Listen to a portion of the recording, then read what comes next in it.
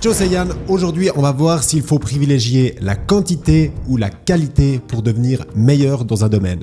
Par rapport à ça, j'ai une annonce à te faire plus tard dans la vidéo, donc stay tuned. Avant de débattre, petite devinette pour toi qui me regarde. Un jour, un prof de photographie a décidé de diviser sa classe en deux groupes. Les élèves faisant partie du groupe de gauche allaient être jugés sur la quantité, c'est-à-dire sur le nombre de photos prises durant tout le semestre. Plus ils auront de photos à présenter à la fin du semestre, meilleure sera leur note. En revanche, le groupe de droite allait être jugé sur la qualité. À la fin du semestre, ils devront présenter une seule et unique photo et ils seront jugés sur l'excellence de ce cliché. Alors, d'après toi, quel groupe présenta la plus belle photo? Le groupe quantité ou le groupe qualité? Eh bien, la réponse est le groupe quantité. Et oui, ce n'est pas le groupe qualité qui l'emporta.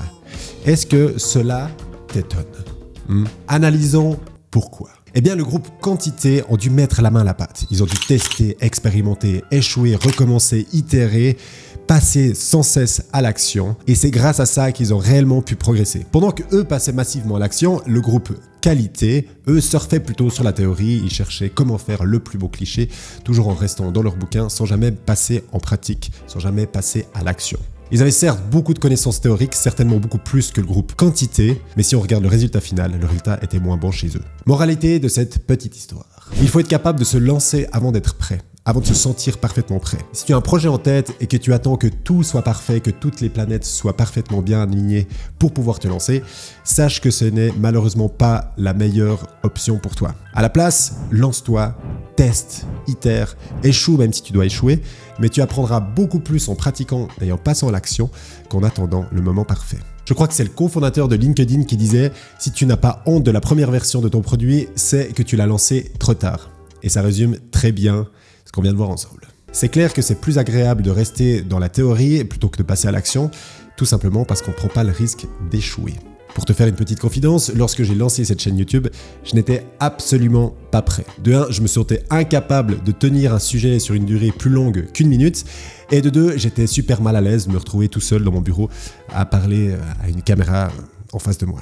Alors, j'avais la chance de ne pas partir de zéro, j'avais déjà de bonnes notions en vidéo et j'avais déjà parlé face caméra dans d'autres contextes, mais mon expérience de youtubeur était égale à 0.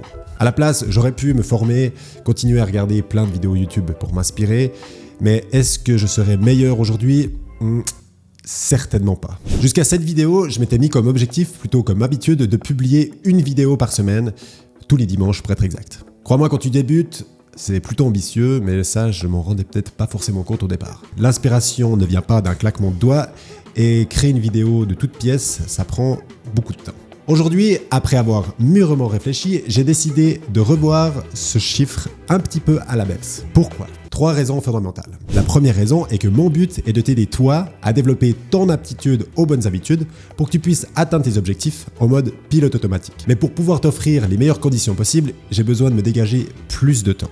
La deuxième raison est que le fait de poster toutes les semaines ne me permet pas de prendre le temps d'analyser chaque vidéo pour comprendre qu'est-ce qui a marché, qu'est-ce qui a moins bien marché, qu'est-ce qui est intéressant pour toi et qu'est-ce qui n'est moins intéressant pour toi. Du coup, je n'ai pas ce recul nécessaire pour pouvoir comprendre qu'est-ce qui est vraiment percutant et intéressant et répliquer ça par la suite. Et troisième raison, c'est que j'ai envie d'aborder le sujet des habitudes sous un autre angle. Un angle qui me motive plus et qui sera certainement plus agréable à regarder pour toi. Voici l'idée. Durant 1 an, j'ai envie d'implémenter chaque mois une nouvelle bonne habitude dans mon quotidien. Dans chaque vidéo, tu pourras voir le processus que je mets en place pour tenir l'habitude, mes difficultés que je pourrais rencontrer, et surtout, j'aimerais aussi faire intervenir pour chaque habitude un expert dans le domaine pour qu'on puisse interagir ensemble et que tu puisses avoir un maximum de ressources. Ces futures vidéos seront donc plus longues, mais aussi plus immersives et certainement aussi plus divertissantes.